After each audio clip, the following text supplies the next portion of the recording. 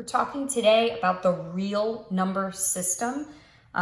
This corresponds to section 1.3 in your textbook. What's great about Algebra 1 is that we will only talk about real numbers. We won't talk about imaginary numbers, which is what non-real numbers are called. We'll save that for Algebra 2, but it is important that you understand the different subtleties of all the types of real numbers. And it is important. It's a little bit of vocab, unfortunately. So we'll try to just go through and then we'll practice classifying some numbers, all right? This one shouldn't be too much for you. But again, maybe you need a refresher on some of those definitions, and you can always, look in the book or try to find some stuff online that helps with that. So, like I said, we're only going to talk about real numbers in our class. And real numbers are broken down into rational and irrational. So a lot of students confuse real and non-real with rational and irrational. So I'm hoping this visual will help. Both rational and irrational numbers are real. We only talk about real numbers in our class in Algebra 1. So what's the difference between something that's rational and something that's irrational? So if you take the root of the word ratio, is the root of the word rational. Ratio indicates a fraction, right? 2 to 1 is a ratio, right? 1 to 4 is a ratio. And it can be written as a fraction. 1 over 4 is a form of a ratio.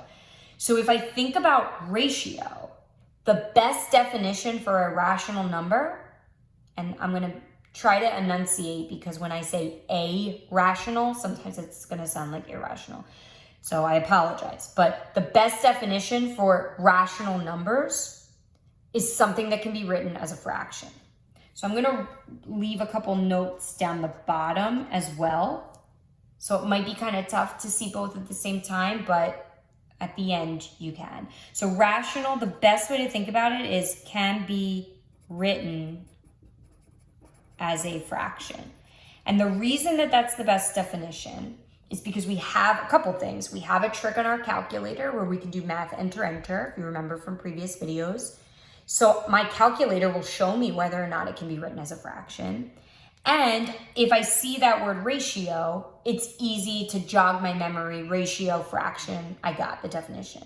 But for some reason, you guys love to define rational and irrational by decimals.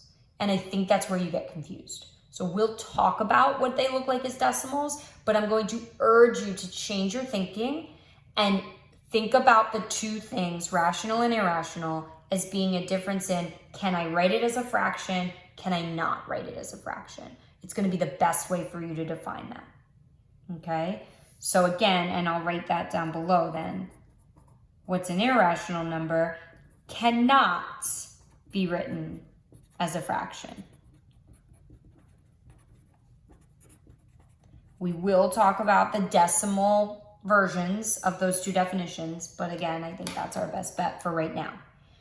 So, what are some examples of rational numbers? I have things like 1/6, right? Any fraction is rational. But then underneath that rational heading, I have a lot of other terms. So the innermost, the most specific thing that we have that falls under the heading of rational, because it can be written as a fraction, would be your natural numbers. Your natural numbers are your counting numbers. So starting at 1, 2, 3, 4, 5, and so on forever. Those are natural numbers. Then outside of the natural numbers, you have whole numbers, which you probably have a good, idea of what a whole number is. Whole numbers are all of those natural numbers, but now 0 is included in that. Well, that seems so silly, right? But let's not dwell on the bad news, and let's make it really simple. Do you notice the word whole has an O in it, which looks like a 0? So that's an easy way for me to remind myself, oh, it's just 0, 1, 2, 3, 4, 5, 6, and so on and so forth. These are all in the green. Notice they're all under that rational heading. I can write 2 as a fraction, 2 over 1. So it's rational. So I have my natural numbers that are rational. I have my whole numbers that are rational. The next thing I'm going to include are my integers. Integers are positive and negative whole numbers. So you have 0, positive and negative 1, positive and negative 2, positive and negative 3. So all it's doing is taking the whole numbers, and it's also including the ones where you stick a negative in front. Integers are also rational numbers. These are all rational numbers. So outside of that, right, numbers that are rational but are not any of the ones we've listed so far would be your fractions. 1/6, 2/7, right? Something that is written as a fraction and doesn't simplify to 4 or -5. Okay? Your irrational numbers are numbers like pi, which you should probably know that's irrational. My other favorite irrational number is √2. So square roots that don't simplify. What I mean by that, so I'm going to write something over here, and it's actually a whole number, so I'm going to put it in this blue area. The square root of 4. Whoa, right? Mind blown. How does she have radicals? She has 1 square root over here under irrational and 1 over here under rational. Well, that's because the square root of 4 is 2. So if you want to do a square root on your calculator, second and then the x squared button, and you can see above that button there's a little tiny square root. If I type in square root of 4, I get 2. If I type in square root of 2, look at what I get. And this starts to give us a good conversation for our decimal scenario. So what you'll notice about irrational numbers is that they are decimals that go on forever with no pattern. Decimals that go on forever with no pattern. That's pi, right? I know that one. I've heard that before. 3.14159, blah, blah, blah, right? So you probably had a competition in elementary school where you had to memorize it or something, right? And that was a fun day. You did it to celebrate Pi Day. So hopefully that sticks out in your mind and you remember pi is irrational because it's a decimal that goes on forever with no pattern. If I typed in square root of 4, I got 2. That's not a decimal that goes on forever, right? What about 1/2? Because that is going to be a decimal. So a lot of times students will be like, well, rational is non-decimals and irrational is decimals. I wish it could be that simple, guys, but I'm sorry, it's not. It's not just a decimal or no decimal. It's a decimal that goes on forever without pattern, or a decimal that ends, right? So rational numbers would be decimals that end or continue on with patterns.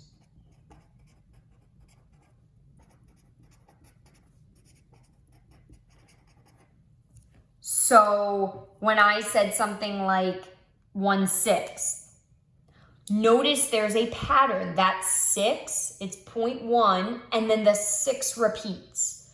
Because there's a pattern there, that is a decimal that has a pattern. It is rational. 1/3, you're probably very comfortable with 1/3 is 0.3 repeating. 1/3 is a fraction, so it's rational. So why is it okay that it's a decimal that repeats with a pattern? There's a pattern there. So rational, fraction, decimal that ends or has a pattern. Irrational, can't be written as a fraction. Decimal goes on forever, no pattern at all. One of the trickiest ones, and that's why I wanted to include it, are the sevenths. 7 has a very long list of numbers that repeat. So on the calculator, you're gonna see this number and you're gonna be like, there's no pattern there. Doesn't end. That's irrational. Nope. If you look, it's 285714. 285714. 285714. You just don't have enough showing to see that pattern, which is why you need the fraction definition as well. Because if you see 2 7ths, it's a fraction, must be rational. So it's a lot of information. I hope it wasn't too confusing. Again, I want to just leave you with that last bit because I really want you to think about those two pieces. You should be comfortable comparing rational and irrational using both the fraction and the decimal definitions.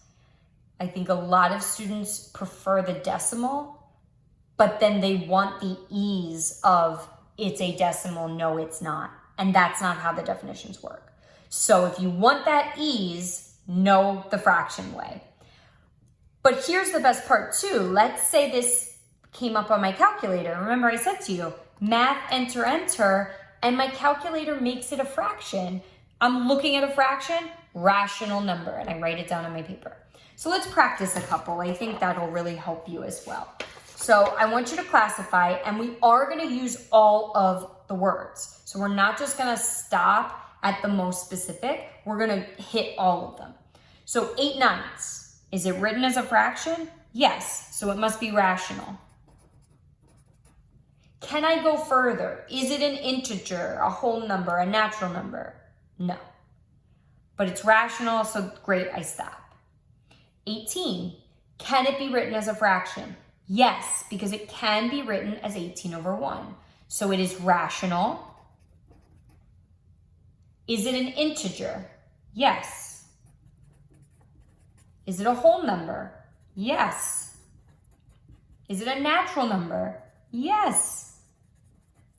It's all of those things. Natural is the most specific, but it is natural, it is a whole number, it is an integer, it is rational, and it is real, because all of these numbers we're going to talk about today are in the real number system. If you see a square root, my suggestion, use that square root function on your calculator, so second and then that x squared button, type in the number underneath, and use that to determine whether it's rational or not. Because it came out to be just 5, this is 5. That's how I'm treating this number. So it's rational. It's an integer. It's a whole number. And it's natural. So just be careful. Oftentimes I will see students say, ooh, I see a square root, irrational. Not necessarily. Sometimes you got to put in the work to find out.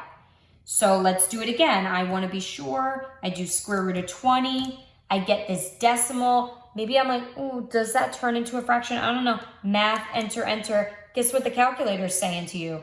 No way. Not turning that puppy into a fraction, because it can't be written as a fraction because it's irrational. If it's irrational, here's the beauty. It stops there. There's no more classifications beyond irrational. So that's kind of comforting if it does end up that way. Negative 6.8. That one's a little tricky, right? It's definitely not a natural number or a whole number or an integer because it has that decimal. So that's where maybe I need to know the decimal definition as well, but I can also type in negative 6.8 in my calculator, hit math, enter, enter, and when my calculator spits out a fraction, then I know it's rational.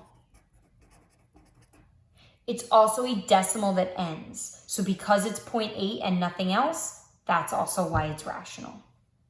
You see this pi in here? Yeah, irrational, done. You see pi, it's irrational. Negative 27, is it rational? Can it be written as a fraction? Yes, it can. Is it an integer? Is it a positive or negative whole number? Yes, it's a negative whole number. Is it a whole number then? No, because it's the negative in front. So just rational and integer. 0, is it rational? Can I write it as a fraction? Sure. It's rational. Is it an integer? Yes. Is it a whole number? Oh, I don't know. Whole. I think so. Is it a natural number? No O in that. Nope, not a natural number. So I'm going to stop at whole. The 1/7 was the one I had talked to you about before. So you have a couple options here. If you know the fraction definition, then you know this is rational. Just be cautious. If you went to type it into the calculator and you see the decimal, you might think irrational, but you're looking at a fraction, so it's got to be rational. It's a 142857 that repeats. 142857, 142857. It's tough to see that repeating, but if you see 1/7, if you see a fraction, it's rational.